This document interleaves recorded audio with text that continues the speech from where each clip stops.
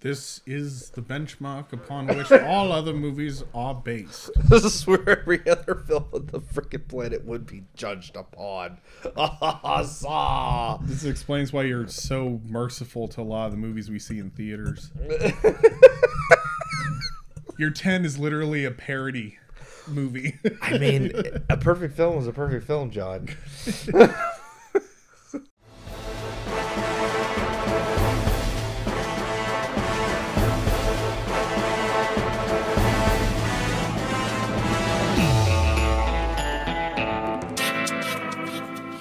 The legend had it coming. Robin Hood, Men in Tights. Welcome back to Entertainment Rebooted and yet another exciting episode of Cinema Revisited, Mel Brooks, where we are watching the majority of the filmography of legendary comedic director Mel Brooks. And we're talking about the good, the bad, the ugly, and the iconic. And joining me, as per usual, is my esteemed co-host, DJ. Say hi, DJ. Hello. All right, DJ. Today we watched Robin Hood, Men in Tights. And before we get into the good, bad, ugly, iconic, let's talk about the plot a little bit for those who may not have seen this cinema masterpiece. If you would, DJ. Well, that's unfortunate. Stop right now and go watch it and then come back. I will wait. Okay. 96 minutes later. Literally 96 minutes of me just sitting here going, all right, now, okay. This is my favorite part. Just like randomly, just like let it like run and just, It's my favorite joke of the entire movie. Can't you tell? I have it memorized in my head. Oh my gosh. We started a new show on the channel. Watch movies with us, and then we just do us recording watching the film and just listen to us cackle and make jokes as you're trying to watch a movie. No, it's just watch movies with us. It's not even like a particular title. We're just sitting there, they're watching like a very serious film, and it's just like, this CGI is god awful. Meanwhile, Marley is dying on screen. We're watching Rudy and we're he had it coming. Marley, no. Anyway, okay, so back on track. Robin Hood, Men in Tights. Let's talk about the plot briefly. All right, Men in Tights. Men in Tights. I'm sorry, we got derailed. Okay, so Robin Hood, Men in Tights is Robin Hood, Prince of Thieves, but better.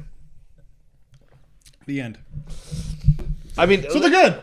it literally follows a very similar plot, but it starts with Robin in prison in Jerusalem. He escapes with a man he meets there. He finds out he has a son. He goes back to England, finds his son, saves him from some people, and starts building up a group of people. As he finds out that the sheriff of Rottingham and the prince are bleeding everyone dry.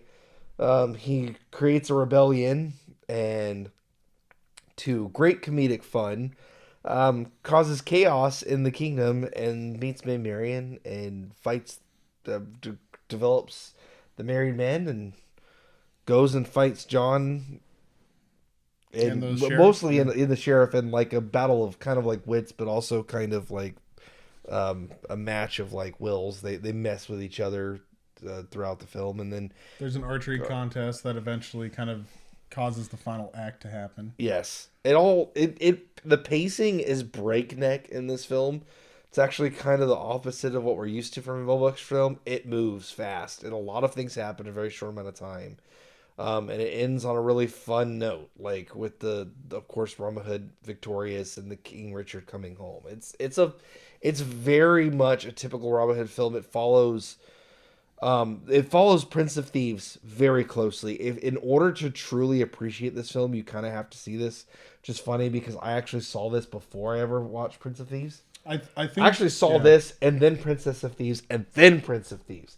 That's the order I watched movies. Princess of Thieves? Yes. It is a Disney sequel to Prince of Thieves. Huh.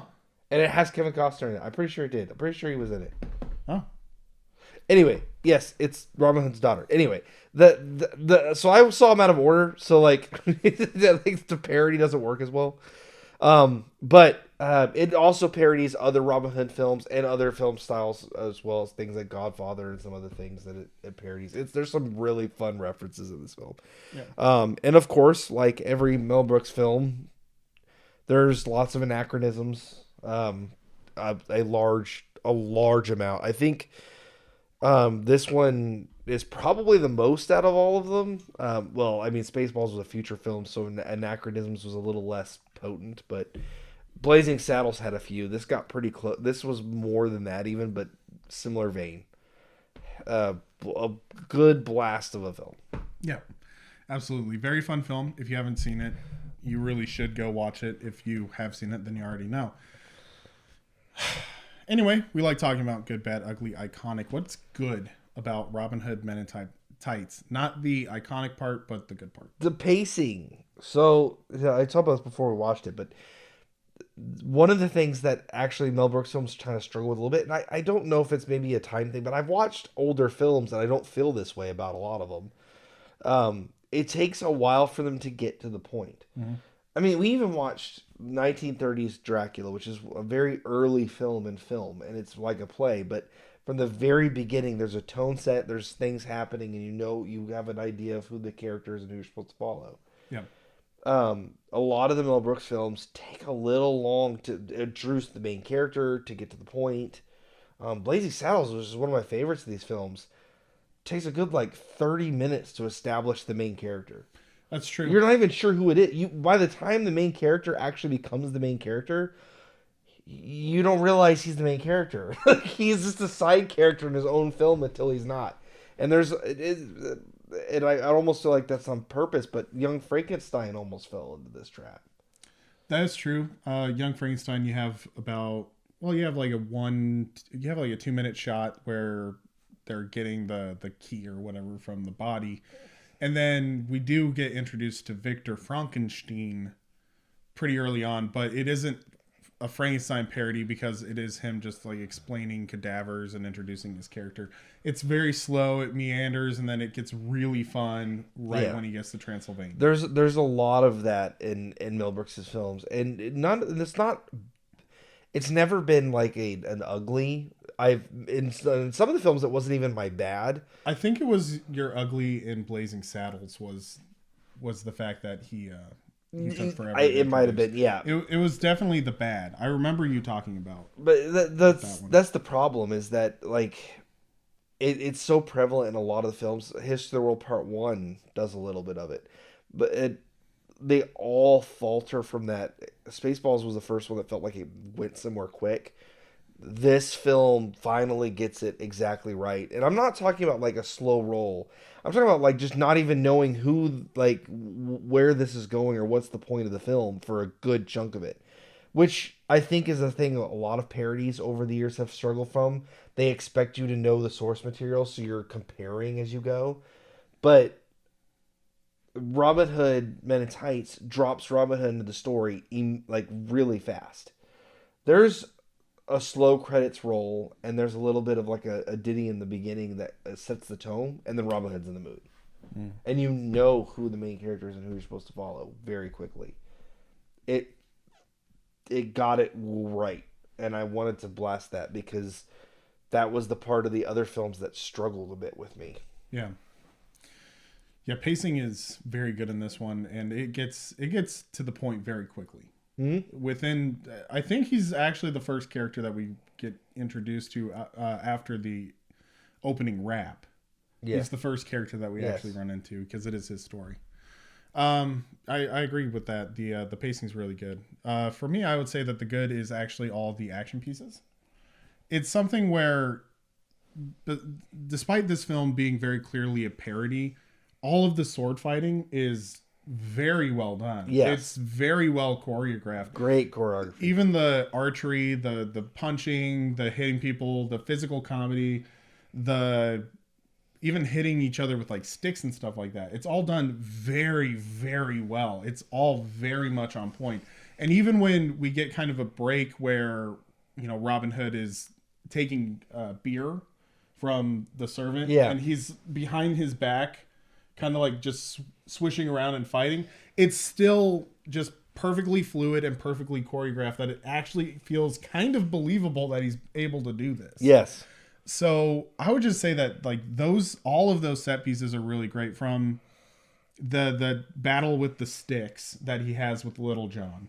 That entire scene is just really well done because it's so slow and it's very meticulous, but you know, the sticks, the choreography gets broken on purpose. It's like they're just starting to get there and then it breaks and they start all over again, and you feel that it's a literal tension break. It's really fun. And then Robin Hood in the main court, like the court, the ball, the dinner that John is having, all of that fighting is done just absolutely perfect. Every little piece of it is just done very well. The attention to detail is solid. This is the first one, really, out of all of them, that felt that he was trying to make a Robin Hood movie first, and the parody was the secondary tone of it.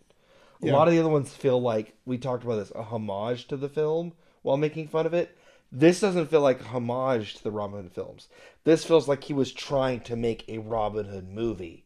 Yeah. While secondarily, and funny enough, this one is the most brutal in its takedown of the thing it's parodying. Sure. This one, it takes direct jabs. This film feels like it was less of paying homage to the film, and he was making fun of it because he wanted to make a better film. Making fun of that film while making a better version of it. Yeah. Almost like he was upset at the movie. I can make a better Robin Hood movie than this nonsense.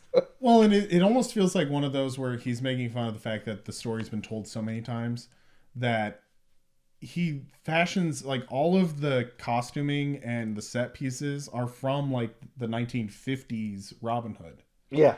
And all of the jabs and all of the funny interactions are directly Robin Hood, Prince of Thieves. Yes. It feels very much like Mel Brooks is like, okay, well, I'm just going to do a classic Robin Hood movie, make it funny, but I'm also going to just kind of point out that this film's already been done kind of perfectly before, is what it kind of almost feels like. It feels more like that's true. It feels like he's playing homage to the older version while making fun of the newer ones. Yes. So that's fair. Yes. Yeah. That's true. I'm thinking of it. It is a direct parody of Prince of Thieves. I think that's why it feels so different, because so many other films were paying homage to the films they were specifically parodying, whereas this one is paying homage to a different film while parodying something more current. It's parodying one thing and paying homage to a different thing. Yeah. That's not something we're really seeing. Well, I mean, maybe Blazing Saddles, but it was a genre.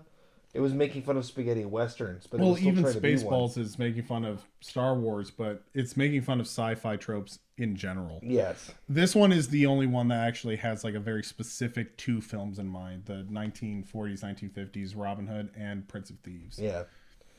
So I guess it's just like there's less source material. A lot of the other ones have a lot of anachronisms and references to a lot of other genres of films or types of films within the genre, like High Anxiety, which parodies like a bajillion films. This one is heavy-handed to one film that you can tell that it's trying to hurt. Yeah, definitely. You can tell that it's specifically aimed at Prince of... This is why I say you kind of have to see it. You have to really see Prince of Thieves to feel this film, because it takes like 5 or 6 direct jabs and a ton of indirect ones at it. Yeah. 100%. Okay, how about bad? What's bad? If you know, what would you say is bad about the movie? There is no bad, John. This is the perfect film. This is the benchmark upon which all other movies are based. This is where every other film on the freaking planet would be judged upon. This explains why you're so merciful to a lot of the movies we see in theaters. Your 10 is literally a parody movie. I mean, a perfect film is a perfect film, John. Okay, so bad. I would just... See, it's tough, isn't it? Well, I actually thought of is, stuff when I was yeah. watching it, but it was so minute by the time it finished. I was like, I don't remember anymore. It's so good. Well, it's just like There's a lot of crass humor, but I mean, it's like that Mel Brooks has it in all of his stuff, and it does get a little like intense at times, but it's not as bad after watching like History World Part 1. And this is not nearly as bad as History of the World Part and 1 and it plays out like it's yeah. significantly toned down from those. Like it's a lot. There's a if you were to like cut this, I remember watching as a kid. We watched a cut version of the film. There's not a lot that they cut out. Not really. There's not a lot that needed to be cut out. The Blinken scene with the Playboy mag is cut out. Like and like the scene behind the tent, but even that's alluded to. Like there's not a lot in the film that's like really intense. And most of it happens in the beginning of the film. Mm-hmm. It's actually finds a pretty decent balance between everything. It's almost like Mel Brooks was trying to take the criticisms that anyone would have had for any of his films and create a balance. Not like taking stuff out or removing it or adding things in necessarily, just spreading it out. The pacing is more even. We get to the hero quicker. The crassity is brought down quite a bit. There's a significant less like foulness to it that some of his films have had. It's cleaner, smoother, and its production value. It's high production value. Very high production value. That was one of the things that you talked about earlier in the good. It's high production value. Like it's hard to pick apart because it stands above so many of his own works. Mm-hmm. And it doesn't really suffer from any of it. It doesn't suffer from the pacing problems. It doesn't suffer from some of the acting issues we've seen. The production value is really high. The only thing I could really even pick at is like there's some things that aren't explained, but that's part of the comedy of the film. Yeah. Like a Chew is getting beat up by a bunch of random people and you don't really know why, but that's hilarious. That's funny. Like that's part of the humor is that there's just random dudes beating him up and then you don't ever find out why. And and part of the joke too is that it's like you haven't seen The Last of Us, and then he does the thing. It's like you have seen The Last of Us, you know, and like, you don't see them for the rest of the film. Yeah, you don't see those specific henchmen for the rest of the film. Yeah, I guess then let's just move on into like ugly. If there's like one thing you warn people about that just kind of stands out about the movie, what would be the warning? Because you know no film's perfect. Okay, so the ugly, I do have an ugly for this one, and this is kind of an important one. If you do, this is the same one I had for High Anxiety. If you are not cultured in the films this is referencing, you're gonna miss a lot of things, and there are a lot of anachronisms and specific references to films. What do you mean by anachronisms specifically? Like what the word? Well, yeah, just what do you mean by anachronisms? Just clarify that. Anachronisms are things that happen out of time, like don't make sense. So there's a point where he's fighting and there's an exit sign above the door. Okay. That's an anachronism. Yeah. So there's a bunch of those in this film. There's like where he has the beat clicker to put the door down. Yeah, that kind of stuff. But specifically, like the ugly thing is there's references to other films in here. Well, there are references to other characters where he's like when he's eating the egg thing that she made, and he's like it's like eating dinner at what was he said? At Vincent Price's. Vincent Price. Yeah, Vincent Price's. Yeah. If you have to understand these references. There's a ton of references like that in this film, and anachronism references that was an anachronism, but it's also a specific reference. You know, there's a bunch of those in this movie. Yeah. There's the Godfather scene. Yeah, the entire that whole Godfather scene is very much a reference just directly to the Godfather. Yes, but also during that same scene, there were jabs at other films in that scene too. Oh yeah, lots of them. There was a ton of them in that like the film doesn't parody really anything but one film, but it references a ton of them. Yeah, that's kind of High Anxiety did similar, but it also parodied a bunch of films while referencing a bunch of others. Yeah, this one referenced a lot of things, and you have to pay attention. If you don't know any of those references things, you're gonna miss jokes. Like I'd say a third of the film isn't funny if you don't understand what they're talking about. Yeah. If you don't at least that one I caught specifically, but there were more. There were a bunch of them where they mentioned names of like events or actors or modern, especially and things that were like modern. It does reference a lot of like 1990s culture. Yes, like that is the thing, is that a lot of it's less timeless. That's the word I'm looking for. It can be. It is less timeless because it makes cultural references. Films that are timeless make references that are more vague and timeless, like the hero's journey. You know, the good versus evil, more generic concepts. When you reference specific pop culture events, it dates your film. Which is an interesting thing for a movie like Robin Hood, a literal timeless tale that's been told over and over again. Correct. Yeah. They made a timeless tale not timeless by creating references that you have to understand. And that is straight up the ugly of this film. If you don't understand those references, a lot of the film isn't going to make sense. And as it gets longer and longer from when this film was made, there's going to be references that are going to be lost. This is a problem that I've seen with a lot of films that do this. There was actually an argument that was made for a lot of more modern films where they added a lot of references and they're like, "Oh, we made it more timeless." You actually made it time. You forced it into a specific time period, and you also forced it to have references that only people from the time period or the generation afterward are possibly going to know. Right.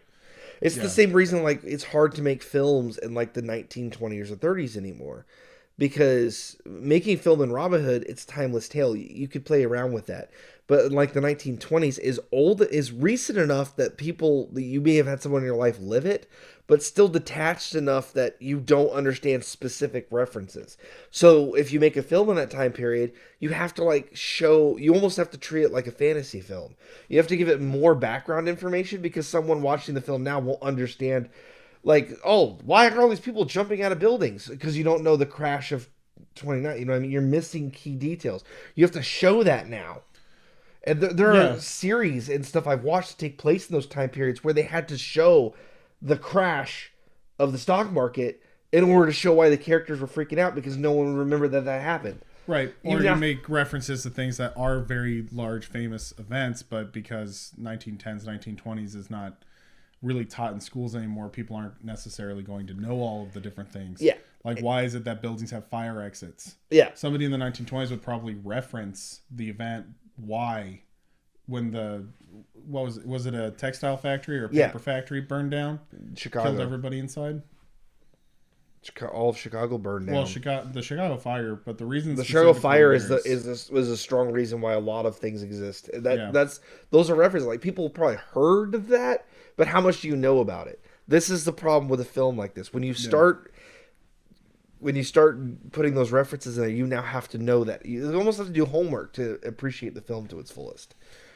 Yeah, and I think that probably within the next 50, 60 years, as people from from who have actually lived through the 90s and know some of like the 80s and a lot of even the pop culture and stuff that they reference, like Vincent Price was alive in the 90s, but a lot of his movies are famous enough that people know them, but he's not necessarily immediate pop culture. Right. Like, you have to kind of be in a subsect of pop culture to really truly appreciate a joke about Vincent Price. I mean, the only reason I even know Vincent Price, honestly, I missed that joke the last time. Yeah. Well, we watched House on Haunted Hill for the channel. Yeah. Now I appreciate that joke. Mm-hmm. That's the thing. There are jokes in this that I did not get the first time or the last time I watched this film, even, which was probably about a decade ago or more, that I now understand. That I would have missed. I missed the Vincent Price. And now I will say this to be clear. Even as a fairly uncultured child when I first saw this, there's enough humor into it you can enjoy the film. But it'll probably feel like some of other Mel Brooks' films where it feels more disjointed because you're so large swaths of the jokes you're missing. Well, and a thing too is like watching this film, I think the first time I saw this film I was in my teens. No idea about a lot of the different references and stuff like that. I didn't even really catch on to the fact that it was a parody directly of Godfather. That whole scene, I forgot that scene was a thing. So watching the movie now, it's been long enough that because I did not understand a lot of the references, they didn't stick with me. I remember a lot of the lines, and I remember a lot of the little jokes and things like that. But a lot of the references specifically, I did not remember very well because they were not memorable. What's funny is when I first watched the film, I knew that was a reference to The Godfather, but I didn't understand why. Because Godfather was so immersed into pop culture that like I knew of it. Well, and I knew that, but I didn't. But I didn't get the references. None of the references made sense. The day of your daughter's wedding, none of that made any sense. That's hilarious to me now because I'm sitting here like that. Okay, I understand those references now. I kind of had a cursory view, but now I get it. That's the thing. Like and that hits home for me, especially now. Because like I said, there's a large chunk of this film that made way more sense to me now than it did when I last saw it. And so I can appreciate it more. Yeah. So there is a lot to it. There's a lot more meat to this film if you've seen the references that it's giving, or at least understand them, at least in even a cursory compassion. Yeah. You haven't have to seen The Godfather, but you probably know a few quotes and... I think everybody knows, you come to me on the day of my daughter's wedding. Everybody knows that line. Anyway, what about iconic then? Like, what's the thing that actually, like, 100% for you is what sells the movie? Like, what was the one thing that you would tell everybody about as the thing to sell the movie? What's iconic? It's a really solid Robin Hood film. Yeah. The thing that I actually really appreciate, I think the reason I hold this so close to my heart, is not just because it's a parody or good parody, but it's a good Robin Hood film. It does a really good job of telling the story. It goes over the main key points, the old Robin and Marian, his thing with the sheriff. It feels like a adult version of the cartoon, the Robin Hood cartoon. The Disney one? The Disney one. Where it is the classic Robin Hood story, but it's very humor-filled, it's very fun, it's very lighthearted. That was the one I was actually comparing it to when I was watching it. The scene where he's dressed up as the old man, I kept thinking of him dressed as a stork. Yeah. Doing the arrow thing. And it is. That's true. The Disney one has a lot of humor to it. Well, quite a bit of the references even are the Disney one. The fact that the fastest way to send a thing is a fox. Yeah, it's like, you can say it's, because you fax it. But I think they picked a fox specifically because... They also did the 12th century fox. I think there was like 4 jokes in that one joke. And I'm not sure how many, because I'm sitting there like, okay, this is obviously a reference to Fox, the studio, but it's also a reference, I swear, to fax machines. It's fax machines. Way. And it's a reference to the fox being the Robin Hood from the animation. There were 2 other clips actually they made too that referenced the animated Disney one as well. Yeah. And I do love the line where he goes, unlike other Robin Hoods, I speak with an English accent. That's a direct attack on Kevin Costner. Well, and the Disney one. Robin Hood in the Disney one does not have a British accent. No, and because it's American folktale. That's how they also it. I don't think he did in the one from the 50s either. Probably not. I don't think any of them ever do. I think they always talk with an American accent. I think it's always the joke. And so, that was good. I was trying to get him. I was like, wait, joke is like, I don't think I've seen another Robin Hood movie where any of the Robin Hoods speak with an English accent. And he does say other, as compared to other Robin Hoods, I speak with a British accent. Yeah. It's just it's a very good Robin Hood film. It's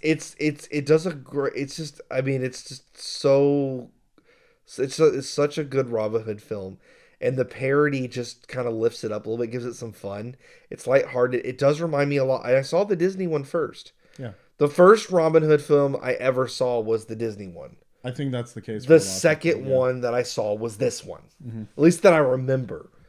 If there was any in between, I don't remember them very well. I have since watched Prince of Thieves. I watched that one that did the modern take where they had the Armani suits. Robin Hood with with the guy from Kingsman. Yeah. Yeah. They're in an Afghan war zone, with the automatic freaking arrow shooters or whatever. I've not seen that. Like the thing is That that one- with that Robin one- Hood movies, I've not seen. That was any more of recent. them I saw either. the one that had Idris Elba, or maybe that was the one with Idris Elba. I think it was Idris Elba, and I always forget his name. Like I do really like him as an actor. He's in Kingsman. That's like his big thing. Yeah. But he's also done Rocket Man. Yeah, and there was Yeah. another one. There was another recent Robin Hood one too that came out before that one. That was Russell Crowe. the Russell Crowe one. Yeah, which I've seen that one, and I actually really liked that one. I actually liked both of those. But I've seen a lot of Robin Hood movies, and this one is just like it's still my favorite. It does the classic Robin Hood tale in a fun, lighthearted way, and it focuses on one of the things that they always talk about is like Robin Hood stole from the rich and gave to the poor, but he actually didn't. He stole the tax money, which is the whole plot of the film. The only time they reference steal from the rich and give to the poor is in the song, but in the actual film, it's him robbing it's him going after the tax money and returning it. Yeah. And that was He's returning the money to the people. yeah, he's returning their own money. He didn't steal anything that was lawfully gained. He took money that was stolen from the people. Yeah. And that was, it's all just fun, like with getting a good bit of like the lore well. I mean, it's a story and it's believed it's a real person, but this is by far like my favorite version of the character in film. Yeah, I mean That's what makes it iconic. Oh, and Carrie Elwes carries it really well. So he's a very good. He does a very good job as Robin. I think that the iconic thing is that I would just say that this is probably peak Mel Brooks. yeah, This is probably Mel Brooks's best film. Guilty pleasure is the producers. We're going to get to that in two more movies, but as much as I just love 2005's The Producers as like a guilty pleasure film, I don't think that it's Mel Brooks' best work. Well, I love Young Frankenstein. I would watch Young Frankenstein over and over. Young Frankenstein's really good. Blazing Saddles really Blazing good. Saddles 12 is Chairs fun. was a blast. Yeah. Even the first iteration of The Producers. Yeah, the 1960s one. Mm-hmm. Like all these films are good, but the thing is that I think that this one is just like this is where Mel Brooks peaked as a filmmaker. He took even Spaceballs everything he learned from everything he made. It's almost like watching these films. It kind of feels a little bit like this with the other series we've done, but it's like everything we've sat here criticizing of his other films. He like listened to us, made notes, and then made this film to be like, there, you see, there's all your problems gone. That's what it feels like. And it's not. I mean, obviously that wasn't to us, but I feel like he listened to what audiences had to say, or maybe he looked at his own films and felt the same criticism. Was like, okay, I can see where this one took a little too long to get to the point. This one, the main character is a little muddled. This one, all right, I can fix this, and then did this film as his magnum opus. Yeah, and yeah, I've never seen Dracula Dead and Loving It. It's not included in the box set, so just final plug for this box set specifically. This has a lot of the films that we watched. The only film that we watched that is not in this set is the original 1967 Producers film. Yes. All of the other ones have been in this box set. It's the Mel Brooks collection. It's by MGM and 20th Century Fox and Blu-ray. You can find it on Amazon.com. Which I think is part of the reason why the other ones weren't on it, because they were done by a different studio. Yeah. We're not sponsored by it or anything like that. It's just kind of like, hey, this is what we've been watching. If you are interested in this series, if you're really interested in like having the physical medium, that's what we're watching from. We watched everything in this. We've now completed the set except for To Be or Not to Be. We didn't watch that one specifically because even though it was included in the set, it wasn't one that Mel Brooks produced and directed. It was and one wrote. He didn't write it either. Yeah, he just started. He started it. Yeah, it wasn't his. So, and we may do it later, but we decided to skip it because we wanted to focus on the ones that he created.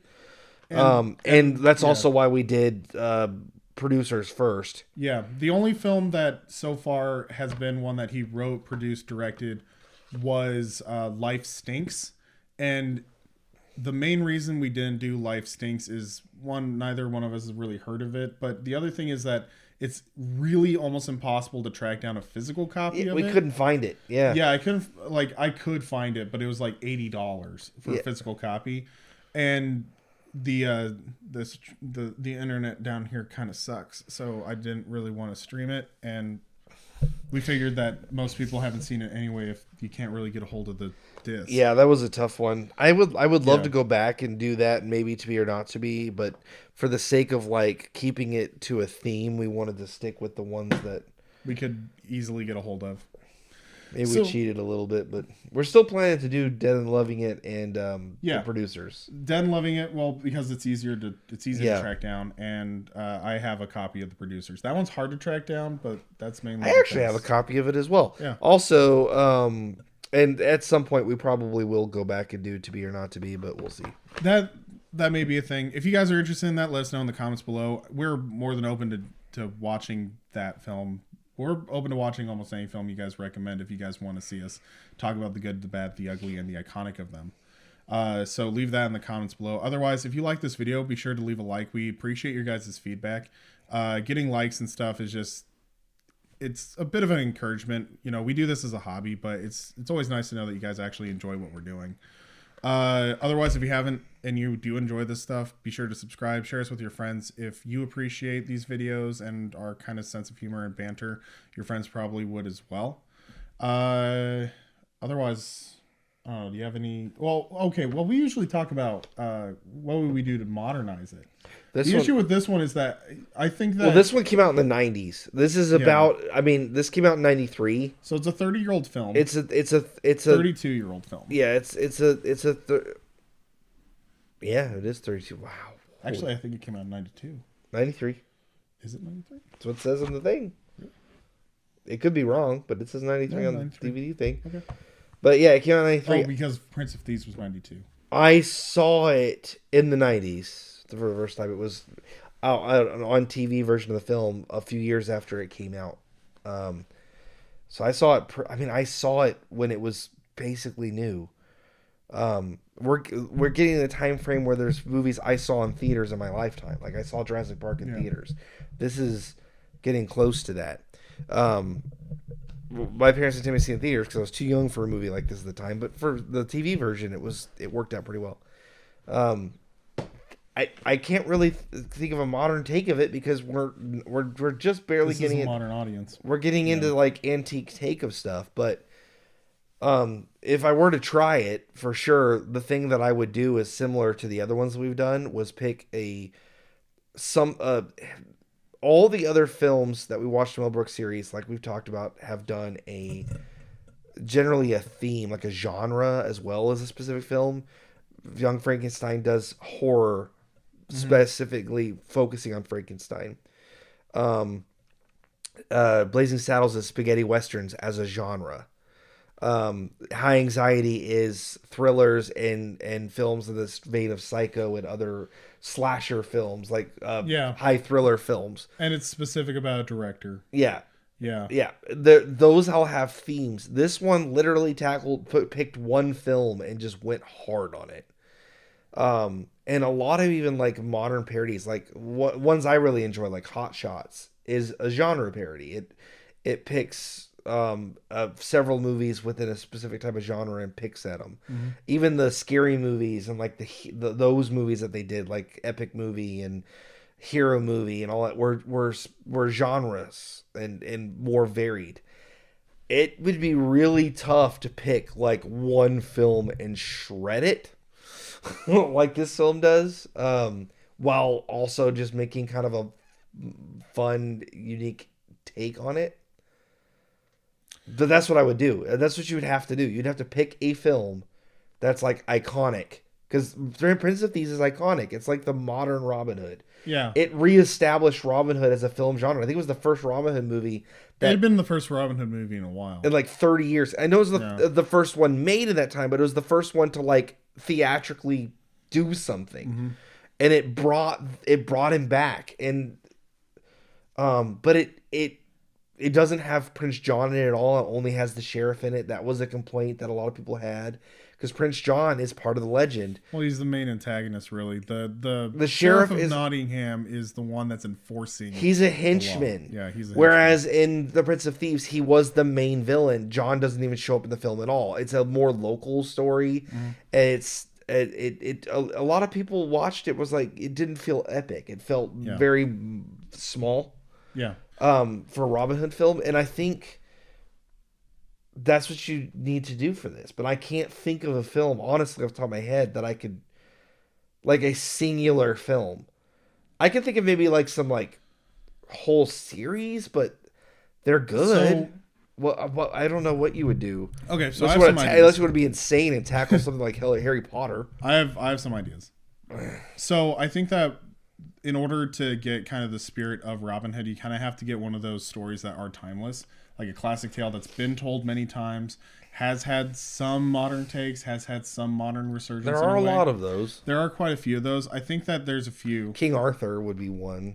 Yeah, you can do a King Arthur one, but the thing is that that's already kind of been done with Holy Grail. That's true. Monty Python did do that. Holy Grail. So some of the ones that I was thinking of, like top of my head, just like classic characters, been done a bunch. I was like, well, I mean, there's Dracula, but then that was probably Mel Brooks' thinking. Was also like, well, I think the next one probably should be Dracula because everybody keeps rehashing that character. And then I was thinking about maybe like Red Riding Hood, but then I was like, Hoodwinked. Hoodwinked does that, where it makes a comedy version of a classic tale. Well, I mean, to be fair, even Robin Hood had already had a comedy done of it with the Disney one. Well, and then it's like, well, you could do like Cinderella or like a classic like princess tale. Well, you have but then you have Enchanted, Ella Enchanted as well. Well, like, and Enchanted. Yeah, Enchanted, Ella Enchanted. Those are both.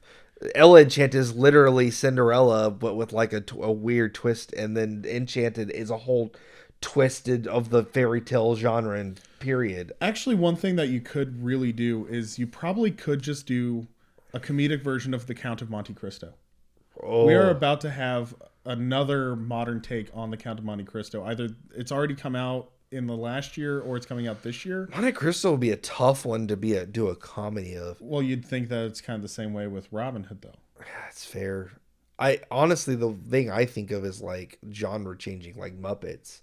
Because that's how the way that they made Treasure Island interesting again was by doing it with the Muppets and A Christmas Carol.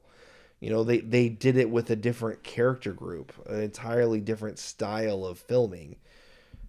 I feel like they did with the Blazing Saddles 2, right? The remake of Blazing Saddles that was in animation form. Paws of Fury. Yeah, it was Blazing Saddles redone in animation. Just take this idea and do it in a different medium is probably what I would do with it. Do it in Lego, do it in claymation, do it in with Muppets. So it's something unique, but still the same kind of story. You could literally even take Robin Hood again and do it that way if you wanted to. Yeah. Treasure Island's been done to death, but Muppets made it work by making it a different genre. Well, it's a classic tale. But that's the two ways I would do it. Like you said, either pick something that has been done to death and a specific one and hurt it. But that's the thing, though. What's an iconic King Arthur film? Like, they've done it to death, but which one, like, is a genre-making iconic film? The Sword in the Stone, 70s, The Sword in the Stone, which doesn't even get to the Arthur myth. It ends before he even gets that far. Well, if I remember right, Sword in the Stone, that era of Disney movies just was not very successful. I think they had planned on doing maybe more of the King Arthur tales, but it didn't do as well as they hoped. Well, it did. That era of Disney is one of those where a lot of people kind of view it as like the lost generation of films because they're good films, they're quality films. A lot of people have enjoyed them. However, they just did not do very well in theaters. That was part of the reason that the Renaissance was such a huge deal. Yes. Was because people were like, oh, I mean, Disney kind of had their shtick and they kind of did well in the 50s. They did more live action stuff in the 60s. They tried to do animation in the 70s. It didn't work out super well. So when they got into the late 80s, early 90s, and they're all solid. The more that people look back at it, the more solid it is. But I think the problem is when you face something like this that's meant to be a theatrical release, it's a little different than when you're watching it in your basement years later. Like, this is a cult following thing. Yeah. Just like Disney and another what's his name? Who did All Dogs Go to Heaven and Fievel and all those. Don Bluth. Yeah. Don Bluth. Those guys, the greats of that time. Despite a lot of those films having a high cult following, not a lot of them didn't do well theatrically when they came out. And I think that was the same with some of Mel Brooks' films too. When they aired in theaters, they did okay, but none of them like broke anything. These have cult followings. To kind of get like modern audiences to pay attention, you'd have to do something pretty drastic. And I think, like you said, you'd have to take something that people like recognize strongly And kind of know already. But you'd have to pick a film, and it's hard to do now because I don't think any modern films are iconic enough to be worth parodying, if that makes sense. Could you do something like Anna Green Gables? Maybe. I'm just trying to think Anna of Green like Gables actually kind of got made fun of with Poppy, because that's kind of where that came from. Well, I'm just trying to think of like a story Anna Green Gables, she was on cocaine. Yeah. Well, and that's the thing, is it's just like it's hard to find a character that is timeless and iconic that has not already had enough films done about it that somebody tried to parody it. That's the issue. It's tough. Robin Hood was a good choice for him. Yeah. King Arthur's Tale would be a good one too, but there's not a solid movie to parody. And like you said, it's Monty Python did it really well, but just making fun of the story itself. Yeah. Rather than making fun of a specific film. That's tough, man. I can't think of one.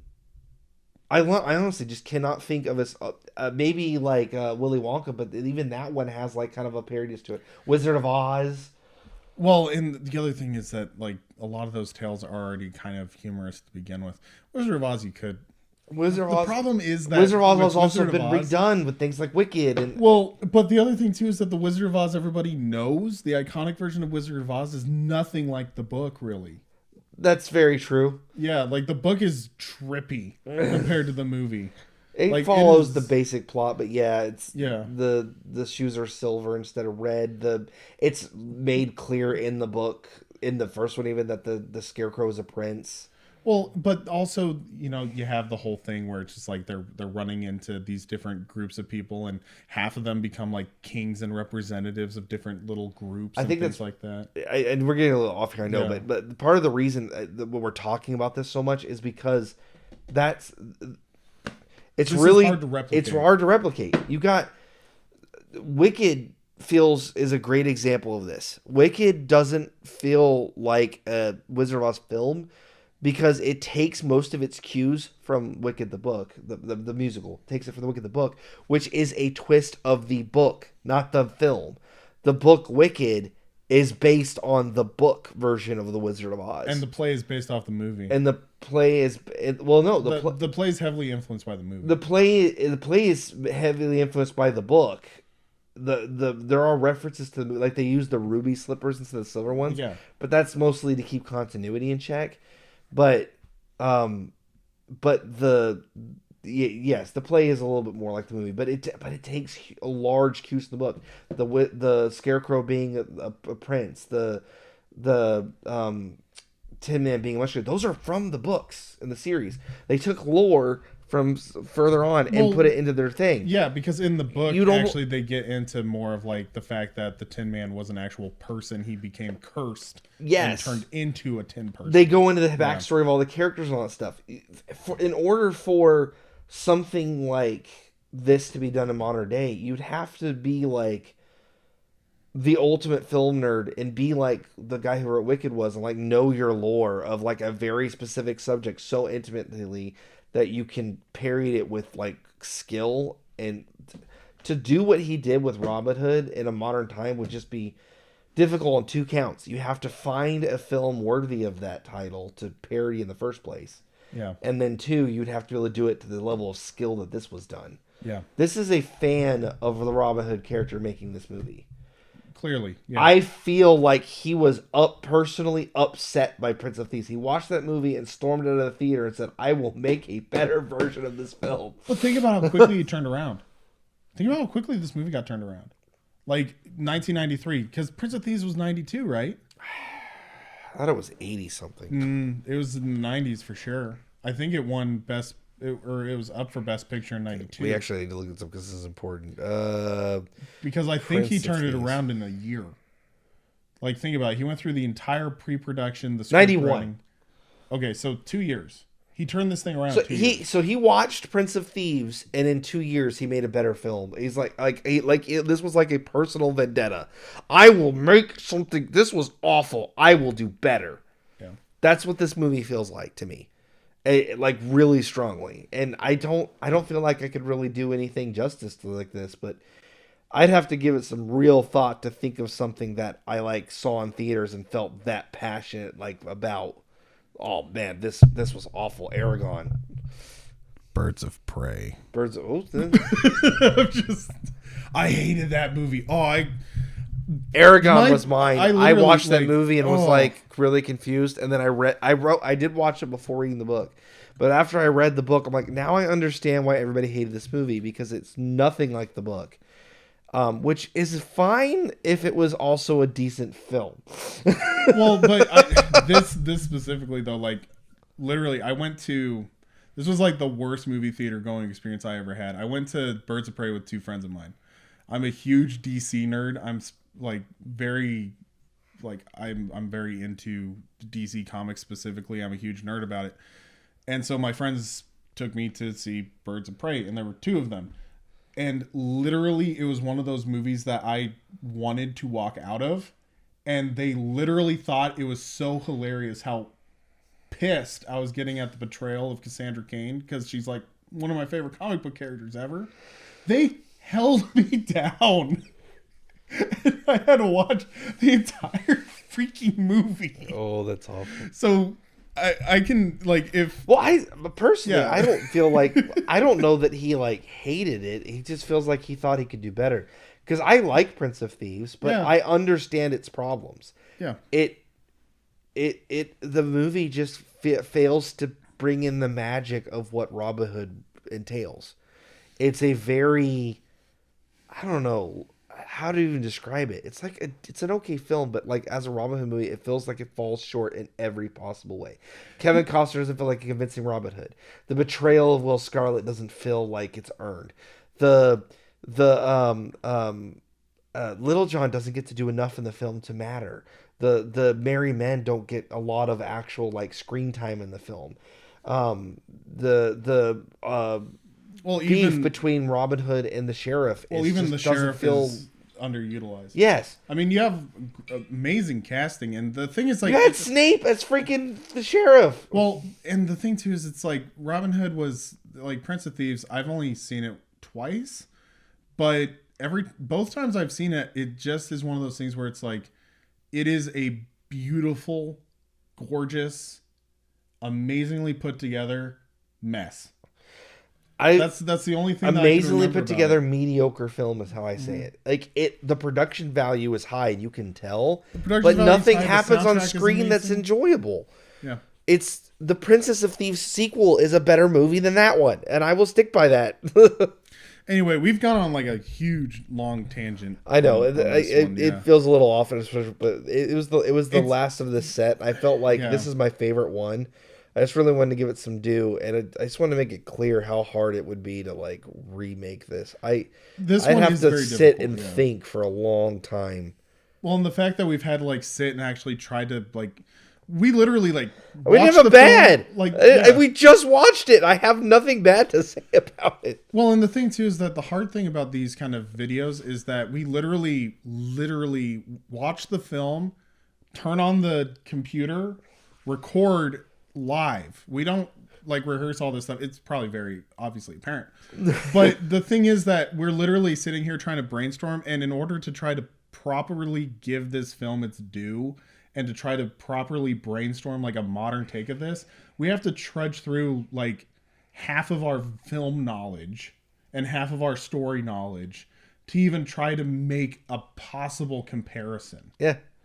Like, The only reason if I had to rate this film, I give it a 9.5, and the only reason it wouldn't get a 10 is because it relies heavily on references, which means it's an incomplete film without another film, because it is a parody and it is a callback.